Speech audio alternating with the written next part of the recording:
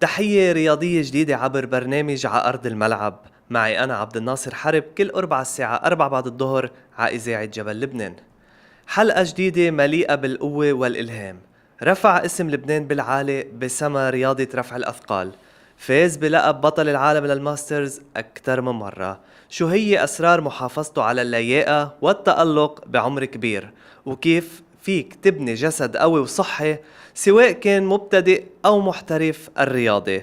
البطل العالم اللبناني خضر عليوان رح يجاوبنا اليوم على كتير أسئلة بتهم الشباب. أهلا وسهلا فيك أهلا خضر. كابتن، يعطيك العافية حبيب قلبي، شكرا على هالمقدمة الحلوة. بالعكس يعني بتشكرك حبيب قلبي. خضر بالمقدمة حكيت تألق بعمر كبير، نعم. قد ايه صاروا؟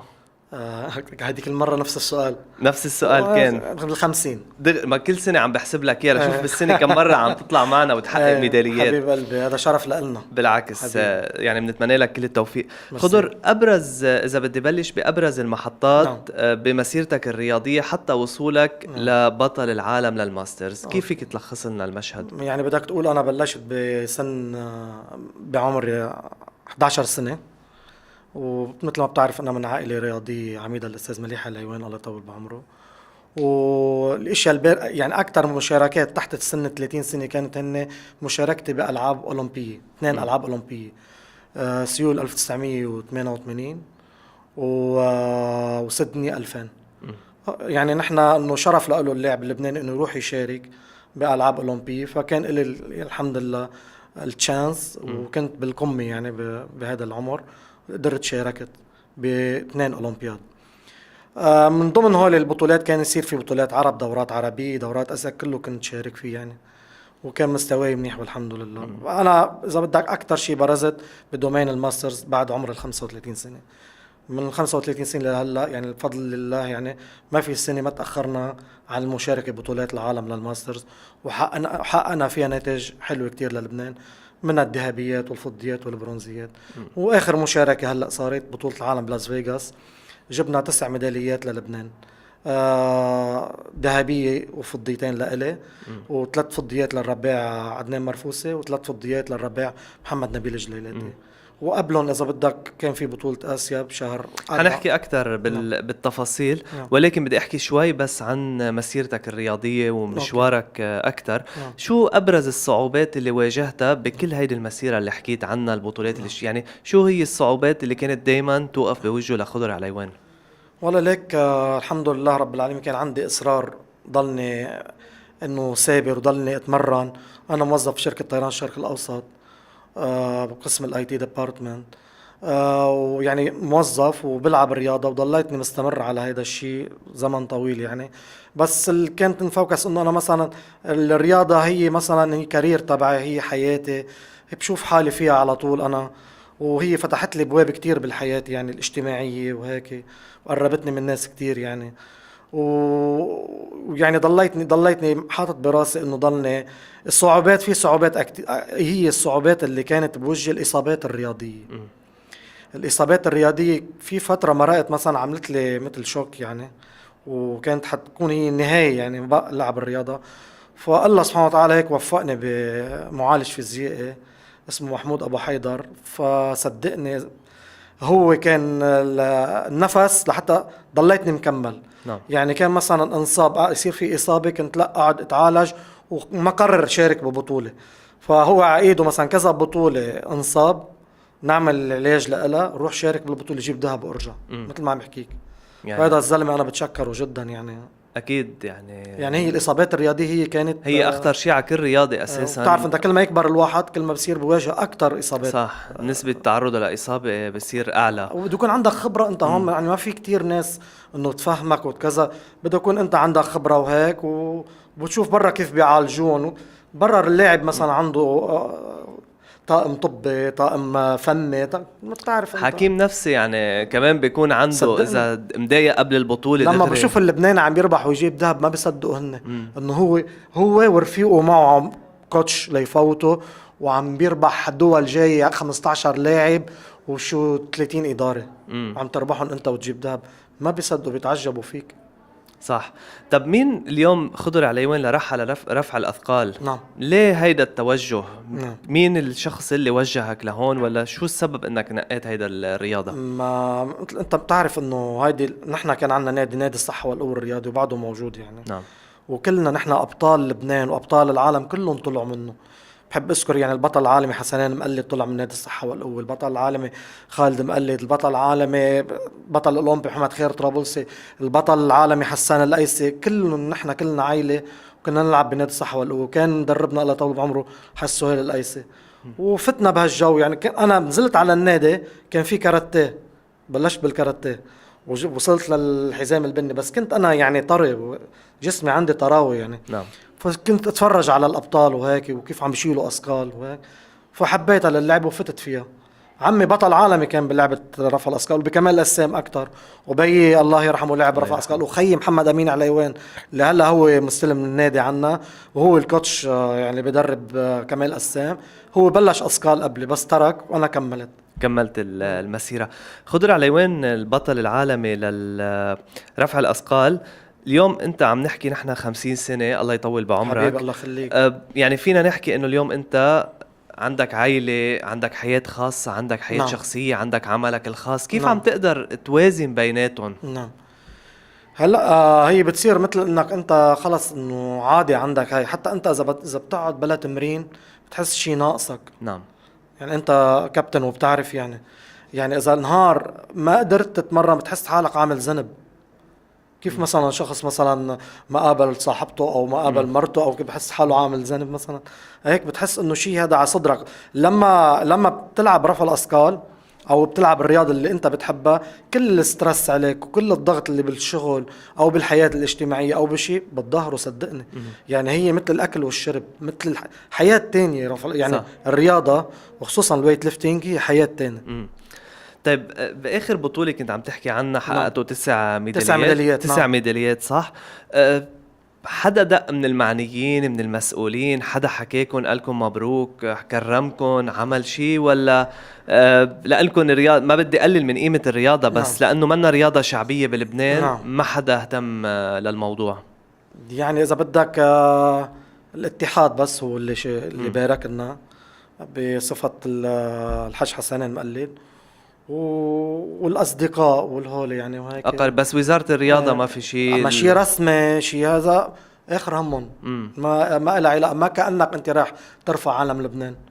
بس انت اذا بتشوف الدول العربية والعالم بس انت تشيل ترفع علم قد ايه هي بتقدرك وقد ايه هي مثلا بتفرح فيك. اكيد قرايبينك وعائلتك والهيدا كلهم بيفرحوا لك، بس شيء رسمي الصراحه لا. بس غريب مع انه يعني الله يطول بعمركم انت والشباب اللي كانوا معك مفروض تتكرموا مرتين مش مرة واحدة، لأنه بعمركم الكبير واحد، وإنه حققتوا رغم كل الظروف ورغم إنه أنتوا عندكم مسؤولية عائلة ومسؤولية كبيرة. نعم. عم تدفعوا بمحلات معينة من جيبتكم الخاصة التكاليف. وتكاليف نعم. السفر منا قليلة والمشاركة. نعم. العلاقة مع الاتحاد اللبناني لرفع الأثقال أو القوة البدنية كيف؟ أكتر من جيدة. صدقني الصراحة إذا وما كان في مشاكل قبل؟ لا يعني كيف بدي اقول لك، سوري انا بحب اخوه مع بعض. الاخوه مع بعض امرار بوجهات النظر بيختلفوا. بس الانسان بالاخير لما بده يلاقي الروت تبعه ويمشي ويكمل حياته الرياضيه بده يعرف مع مين ماشي ومين بيعطي يعني كيف بدي اقول لك الرايه يحملها ويمشي وراه لحتى يوصل. فعلاقتي بالاتحاد اللبناني اكثر من رائعه، وبالاخص مثل ما ذكرت لك مع الحاج حسين مقلد، مع الاستاذ حسان الايسي، مع الاستاذ خضر مقلد، مع الكل كلهم اخواتي وعائلي وحده والله. يعني انا بتمنى تضلكم هيك مع بعض مثلكم مثل كل الالعاب. بتمنى كل هالمشاكل اللي عم بتصير ببعض المحلات بالرياضه تنحل، لانه الحياه ما فيها شيء، بالنهايه لازم نفرح ننبسط. صحيح. الرياضه هي باب للواحد يغير جو. صح. وعن جد بننبسط بيكبر القلب لما لبناني يحقق انجاز. يعني شو بدي اقول لك، الله يوفقكم دايما. خضر، حكيت عن الحياه كيف عم تقدر توازن بين الحياة الشخصية نعم. وحياتك التدريبية. اليوم كيف هو نظام التدريب عندك؟ يعني اليوم نعم. انت يوميا بتتدرب كم ساعة بتتدرب؟ نعم. الحركات فيها كلها رفع أثقال ولا في أشياء تانية؟ هلا بالنسبة انت كلاعب ماسترز بخف عندك عدد ايام التدريب. نعم. يعني مثلا ما كنت صغير تحت ال 30 كنت كل يوم اتمرن وريح سبت احد مثلا، والباقي الايام كله اتمرن 3 ساعات تمرين بالنهار. اما هلا لانك انه بعمر كبير مثلا اللي بتتمرن نهار تاني نهار بكون رياحة، بكون ريكفري لإلك. عرفت كيف؟ العضلة بدها ترتاح. يعني كيف مثلا واحد بيتمرن بياخد منياجيوم ليريح اعصابه، هي فترة الرياحة تاني نهار ما في تمرين بترتاح العضلة، او اذا كان عندك مشاكل اوجاع كذا بتعالجها، والنهار اللي ورا بتلعب بدك تقول يعني 3 ايام 4 ايام بالاسبوع. خضر قبل ما كفي بدي ارجع اذكر انه خضر عليوان هو البطل العالمي برفع الاثقال بالماسترز. نعم. فئة الماسترز الميدالية اللي انت لابسها هي من الميدالية الذهبية نعم بلاس فيغاس، بلاس فيغاس، هي ومع بطولة ومع العالم فضية وبرونزية ورانا. اللي مبينين كمان على الشاشة نعم. يعني. كنت تعرضت لإصابة هونيك ولا لا؟ هي لا بطولة انا قبلها؟ كنت عم بلعب بطولة اسيا بقطر نعم. وانتصبت ما كملت. ما كملت، هي بقطر البطولة اللي بآسيا. بآسيا. طيب لنرجع للموضوع اللي هو عن التدريب وهيدي الأمور. أنت اليوم شو النصايح اللي بتوجهها للشباب اليوم كرمال يحافظوا على اللياقة البدنية عندهم وعلى جسمهم، ما يصير عندهم إصابات برياضة رفع الأثقال أو حتى بدي أحكي أكتر بالجيم يعني بالحديد؟ النصيحة يعني الأولى والأخيرة لكل لاعبين رفع الأثقال إن كانوا بنات ولا شباب، وهلا نحن عم نشوف كتير بنات عم تروح على لعبة الويت ليفتنج خصوصا من لبنان. أهم شيء قبل التمرين الاسترتشنج، هي أهم شيء، أهم من شرب المي، أهم من البروتين، أهم من كل شيء. بدك تعمل استرتشنج قبل ما تبلش وبعد ما تخلص، لانه الستريتشنج هي بتعمل تمدد للعضله. نعم. انت بتكون كابسها بالتمرين وعاطي عليها بريشر وضاغطها، واذا انت بتتركها هيك بتطلع على البيت مثلا بتتعرض لاصابه، ما في مجال. لما بتعمل لها ستريتشنج بتريحها. وكمان انه بعد ما يخلص تمرين ما يلتهي على السوشيال ميديا وعلى التليفون وكذا، دغري هذا واجب له. بخلص تمرين بروح بيعمل دوش، بس تعمل الشاور اللي لك العضله بترتاح. يعني اشياء هدول مع الايام الواحد مثل الاكل والشرب ما في يتخلى عنها، يعني لازم بصير يعملها. يتعود جسمه عليه. ولا المفروض اللاعب المبتدئ هيك يعملها ويحمي قبل ما يوصل لرفعته. ما دغري مثلا انا جاي اعمل رقم اليوم يلا مثلا دغري بدي فوت لا، بدي احمي شوي شوي شوي لاوصل للرفع. لنوصل في عدد شباب هلا بحكم انه انت بتكون موجود بالصاله الرياضيه او الجيم، في عدد مشاركين رفع اثقال عم نشوف فئات عمريه بهالرياضه. هلا بلش مثلا في عنا محمد زيتون عم بيمثل لبنان، صبي عمره تحت ال20 سنة او تحت ال18 كمان، مثل لبنان بالرياض ومثل لبنان كذا محل. يعني الحمد لله عم بروح يشارك وهو صغير، غير الصبايا البنات اللي محاسن والكسا ايه هول كمان عم بيمثلوا لبنان على طول. يعني وبالنسبه لمحمد وفي خيو كمان صغير عم بيتمرن. يعني اللعبه بالتطور ان شاء الله باداره الاتحاد اللبناني. اكيد. في نظام غذائي معين بتمشي عليه؟ اكيد في نظام غذائي قبل البطولات، وفي نظام غذائي وقت ما تفوت بجو البطولات. ونحن هون عم بحيرونا بهيدي اللعبه الاتحاد الدولي، كل سنه عم بغيروا لنا اوزان. يعني هلا مثلا زبطت حالي انا العب بال79، بعد شوي هلا بعد الالعاب الاولمبيه حتتغير كل الاوزان، حيصير ما بقى 79، صار حكموني بال85. يعني صار بدك تطلع عضلات وتطلع وزن. يعني انت بدك تنافس اللي وزنهم تحت ال85، يعني ممكن انت وزنك مثلا 80 هو 85. صح. قد ايه بتفرق هيدي الوزن؟ يعني قد ايه بيفرق يكون حدا افضل منك؟ كل كيلو وزن بجسمك، مش الوزن اللي بتاخده بعد من الميزان. ما انت قبل الميزان تكون ما عم تاكل، بدك تيجي تزبط وزنك تكون ما عم تاكل، تيجي بتنزان بيعطوك ساعتين لتاكل فيهم. نعم. هلا بيرجع اللاعب شو بفكر الجديد اول ما عنده خبره انه انا اكلت ورجعت جبت 2 كيلو، هولي هوا. الوزن المضبوط اللي قالك انت اللي بتتمرن عليه اللي هو مثلا ثابت معك هذا الوزن، ولما بتنشف المي من جسمك وهيك بس لما تاكل هول بتاخدهم بس بتنشط فيهم هيك شوي. بس الاساسي هو الوزن اللي بتكون انت عم تتدرب عليه كل يوم. يعني هالقد مهم الواحد وزنه؟ يعني اذا 85 يعني انت عم تحكي ب6 كيلو كنت ب79 فجأة طلعت 6 تصدق انه كيلو. الكيلو الوزن اللي انت عم تتمرن عليه قد ايه بيفرق معك بالرفع.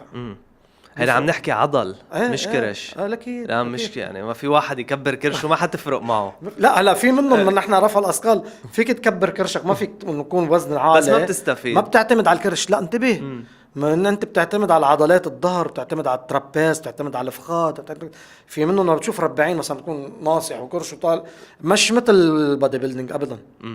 يعني كل ما كانت حتى لو له بطن مثلا، بس هو عم بيعمل حركه المعده. نعم. عرفت كيف بتكون هي فيها عضل، هي كبيره بس فيها عضل.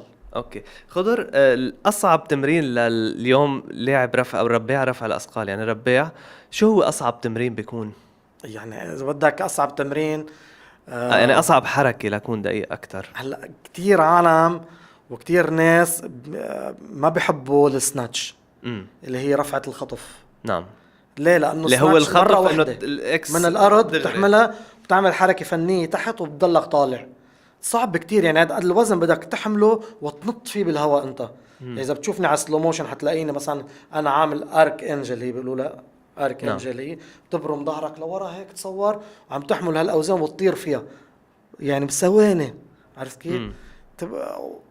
كلهم بيهربوا من هاي الرفعة، بيعملوا جهد بالكلين اند جيرك اهين، لانه كلين اند جيرك بتحطها على صدرك بعدين بتضربها. نعم. انا بحس حالي بحب حالي هون، لاقي حالي بالسناتش بعطى الهم بس يكون عندي كلين اند جيرك، بعكسهم يعني فهمت عليك. بتعبني اكثر هيدي، بتتعبك اكثر، وحتى يعني الواحد كتير لازم يكون عنده خبره، لانه مثل ما قلت الظهر بده يرجع لورا، أكيد. فاي غلطه صغيره يعطيك العافيه في اصابه. ديسك بصير. خضر، اذا بدنا نحكي اكثر عن الاوزان، قد ايه اليوم عم بتشيل اوزان؟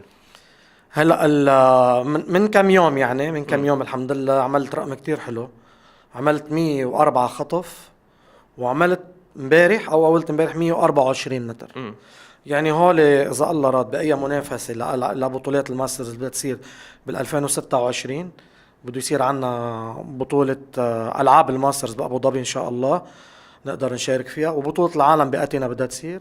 اي بطوله هول الارقام اذا بشيلهم حقق ذهب للبنان ان شاء الله. ان شاء الله، يعني بنتمنى لك التوفيق حبيبي. احكينا عن كتير امور فنيه. قبل ما اروح للبريك بدي اسالك اليوم، قديش اللاعب اللبناني او الرياضي اللبناني بيعاني من ضغط لما يفكر انه عنده سفرة، ببلش بفكر بتكاليف الإقامة، بتكاليف التذكرة السفر، التأشيرة بمحلات بدول معينة بدها تأشيرة، والأهم اللبكة لتروح تعمل معاملات وتساوي وغيرها من هالأمور. قد ايه هذا بيشكل عليك ضغط قبل البطولات؟ هلا في ناس في شقين من هالسؤال، في له تفسيرين يعني. نعم. اول شيء هو مثلا كل اللاعيبه اللي منطوين تحت اللجنه الاولمبيه اللبنانيه، هي بتسفرهم، هي بتكون متكفله فيهم هي وزاره الرياضه بمصروف السفر، مثل ما انا كنت لما كنت تحت 30. نعم.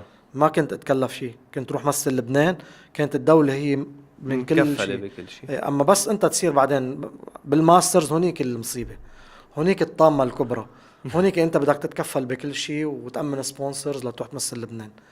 يمكن بغير العاب مثلا بالباور ليفتنج كذا، عنا ابطال كتير عم تمثل لبنان وتجيب ذهب للبنان. كمان هول الشباب لو ما سبونسرز والاتحاد وهيك عم تطلع فيهم ما بيقدروا ما بيقدروا. يعني هيدي مشكلة بمعظم الرياضات عنا بلبنان، كمان وإذا مشكلة بدك تقول كمان خلينا نزيد الالعاب الفرديه ما اخذي حق. صح هيدي دايما بحكيها انه بمحلات حرام. وانا كرمال هيك ببرنامج على ارض الملعب في كتير ناس عم نطلع العاب فرديه اكثر. في كتير ناس رهيبه وعندها قدرات لبنانيه بتجيب ميداليات باي دومين رياضه يعني. صح. بس يعني للاسف ما في اهتمام فيهم. صحيح. وكتير موضوع في كذا رياضي خبرني انه دايما قبل البطولة بيعتلوا هم المصاري، بصير تفكيره الرياضي بس 100%. كيف بده يأمن مصاري، بروح على البطولة ما مركز. صح. وفعلا بتأثر على نتائجه بمحلات معينة. بكل شيء بده يفكر، لأنه انتبه، لأنه المادة هي أساس. إذا أنت ما مأمن سبونسر، ما مأمن المادة، يعني ما مأمن الإقامة، ما مأمن تذكرة السفر، ما مأمن أنت تلعب هونيك، ما مأمن أكلك وشربك، غذاء اللي إلك، كله بس. يعني والأمر اللافت إنه أنت رايح تلعب باسم بلدك، يعني بالنهاية اليوم أنت لما تيجي ميدالية للبنان بيقولوا أول شيء مش ميدالية لخضر عليوان. صحيح. فهيدا الأمر اللافت. خضر رح ياخد بريك، بطل العالمي لرفع الأثقال لخضر عليوان. رح ناخد بريك بحلقتنا على أرض الملعب معي أنا عبد الناصر حرب، كل أربعة الساعة 4 بعد الظهر على إذاعة جبل لبنان. بريك ومنرجع. عودة لكل مستمعي ومتابعي إذاعة جبل لبنان على أرض الملعب، البرنامج الرياضي الأسبوعي معي أنا عبد الناصر حرب كل نهار أربعة الساعة 4 بعد الظهر. وضيفنا اليوم هو الضيف اللي ما بينشبع منه صراحة، لأنه اسم الله عليك ألقاب رايحة وجاي بالجملة. الحمد لله. خضر عليوان، البطل العالمي برفع الأثقال لفئة الماسترز. أهلا وسهلا فيك خضر. حبيبي. كنت سألتك قبل الهوا عن التكاليف والوضع الاقتصادي، الظروف بلبنان. نحن معروفين كل تقريبا يوم يومين عنا مشكلة، إن كان اقتصادية صح. اجتماعية أمنية إلى آخره. اليوم كيف عم تقدر تغطي هيدي التكاليف خضر؟ والله ليك الحمد لله رب العالمين. يعني أنا موظف في طيران الشرق الأوسط، بتشكر رئيس شركة طيران الشرق الأوسط الأستاذ محمد الحوت على دعمه، وكمان بتشكر صاحب مطاعم الصفدي دبي، خيي وحبيبي فادي الصفدي، وبتشكر الدكتور محمد الشاركي من قطر. هن عم بمولوا الرحلات اللي عم نمثل لبنان فيها بفضل الله. الحمد لله رب العالمين. يعني نحن بدنا نتشكر أكيد كل الله يخليك يا رب. الرعاة اللي عم بيآمنوا بالرياضيين بالفعل. وتحديدا بهيدي الألعاب بالفعل. خضر. ليه ما في اهتمام بالمدارس والجامعات؟ يعني اعطيتني اسم او اسمين بالفئات العمرية نعم. ذكرناهم قبل البريك. صح. ليه ما في اهتمام اكثر لانتشار اللعبة بالجامعات والمدارس؟ والله ليك يعني هيدي ان شاء الله تعالى اكيد بهمة الاتحاد وبخطتهم المستقبلية، اكيد بيكون بجدول اعمالهم هن بتكون مندرجة ان شاء الله، وان شاء الله بتصير. لانه لعبة رفع الاثقال مثل ما حكينا بالحلقة السابقة انه هي صارت مرغوبة عند العامة كلها، لانه صارت داخلة بشيء اسمه كروسفيت. صح. اي حدا بدك انت تلعب كروسفيت بتكون انت بتعرف السناتش، بدك تعرف كلين اند جيرك، لانه بدك تتعامل مع البار، فبده يكون عندك معلومات عن الويت ليفتنج. فعم تنتشر يعني بلبنان ان شاء الله، ومفروض ينعمل بالمدارس وكذا. بكون الاتحاد عنده علم بهالموضوع يعني ان شاء الله. يعني الاتحاد عم يشتغل على هيدا طبعاً. الامر. يعني حلقة الجاي برجع بقول لك بتقلي بلشت تنتشر ان شاء الله تعالى ان شاء الله. يعني نحن إن شاء الله. بنتمنى، وخصوصا بحس اكثر اذا راحوا صوب النوادي الرياضيه او الصالات الرياضيه يمكن تكون الامور اسهل. يعني الشباب موجودين. نعم. يمكن يصير بطولات، هلا بصير اوقات بطولات محليه بضيعه معينه او هيك. بس نحن سوري قطشتك. نعم. نحن عملنا بطولتين ورا بعض، عملنا بطولة كاس لبنان وبطولة لبنان باوتيل الحبتور. نعم.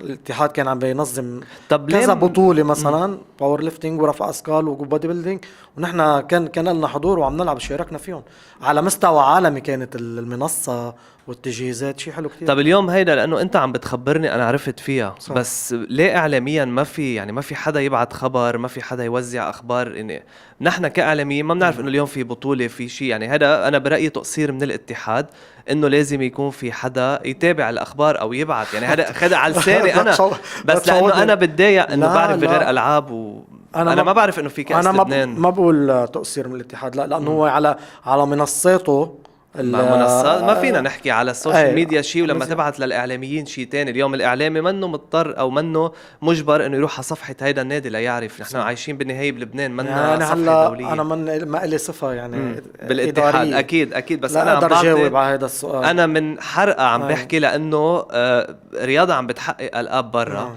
فهو لو بينبعت خبر بس للاعلاميين بريس ريليز، نحن بنعرف انه في بطوله هون بصير. اذا بدنا نستضيف لنضوي على اللعبه نعرف. يعني اليوم خضر علي وين لو ما في علاقه شخصيه معك، لو يعني نحن عرفت كيف بنعرف من وراك بمحلات معين الالقاب.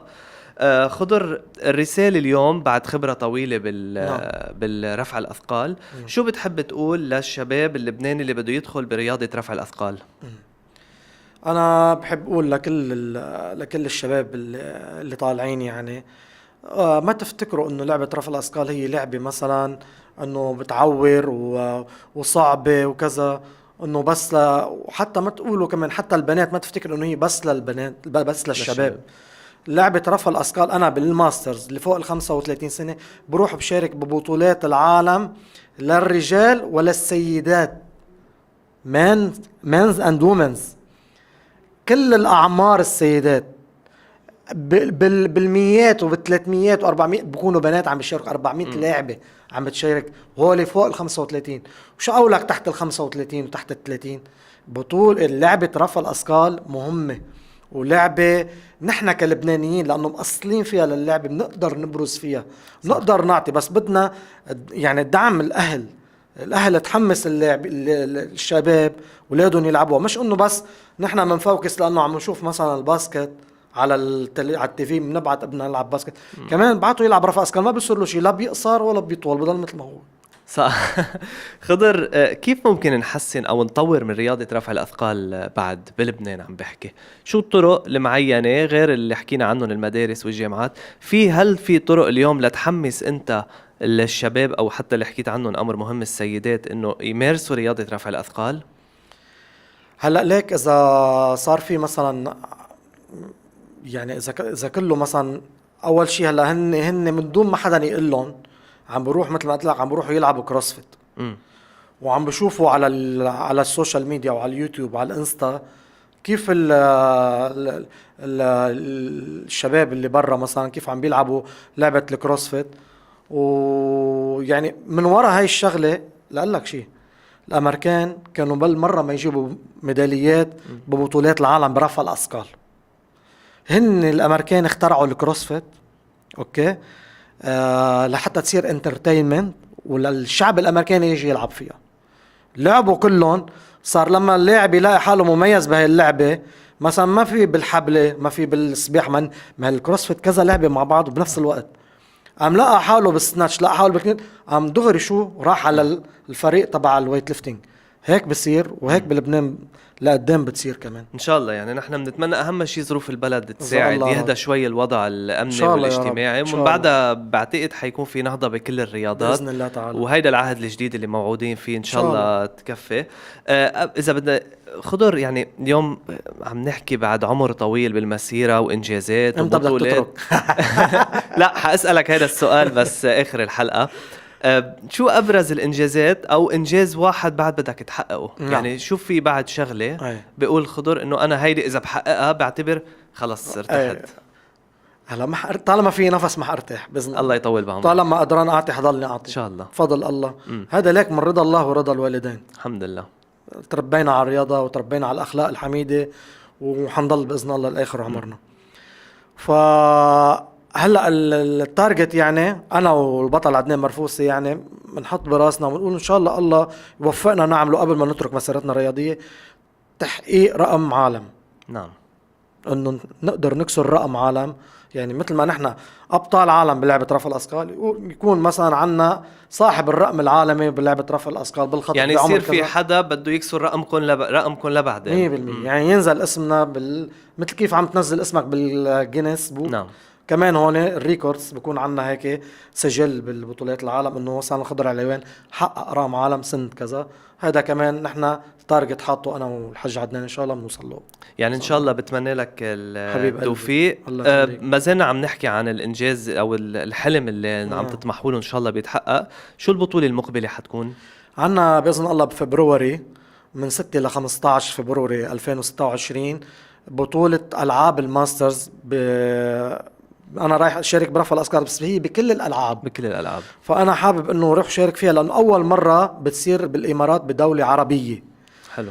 فكان يعني هلا تشوف إنه الدول العربية صارت تفكر بالماسترز، تعرف إنه في إنسان لا عمر فوق ال 35 سنة بحب يلعب رياضة.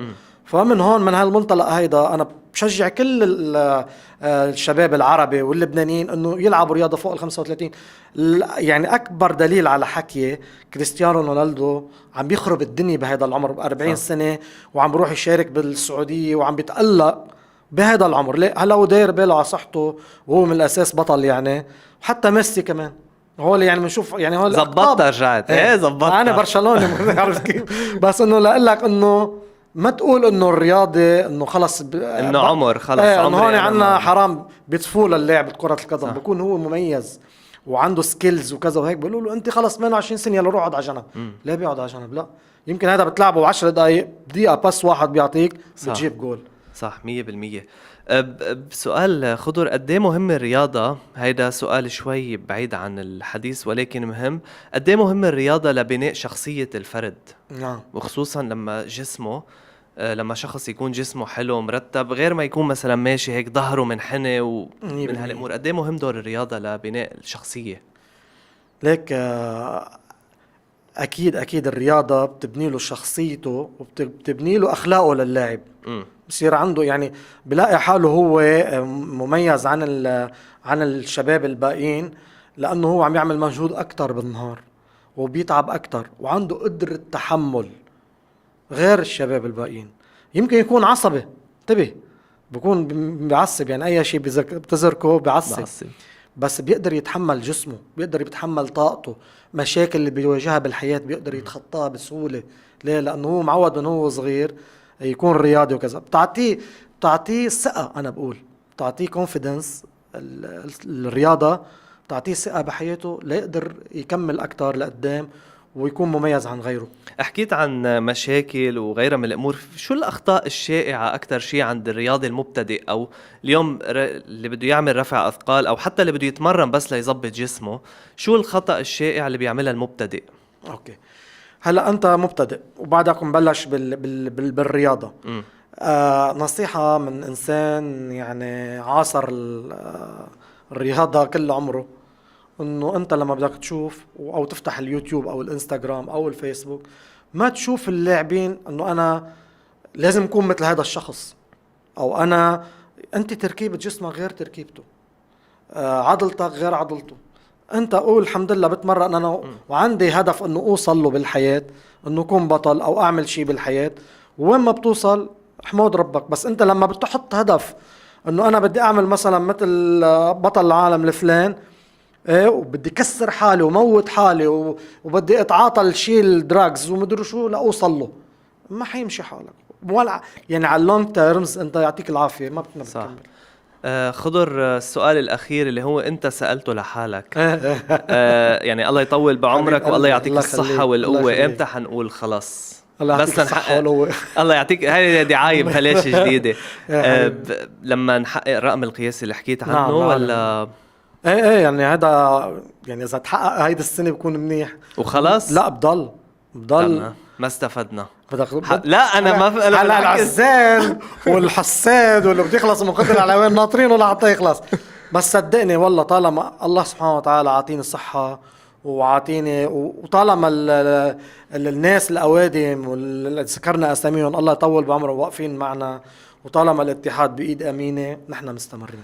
خضر عليوان، أهلا وسهلا فيك عن جديد، أنت ضيف عزيز وأخ كمان عنا. ميرسي لك وميرسي لجبل لبنان، بالعكس. صراحة شيء ببيض الوجه. بالعكس هيدا واجبنا، الله يوفقك عن جديد، إلك وللشباب اللي معك كمان بنتمنى لك التوفيق إن شاء الله. لكل مستمعي ومتابعي إذاعة جبل لبنان، برنامج على أرض الملعب معي أنا عبد الناصر حرب كل أربع الساعة 4 بعد الظهر.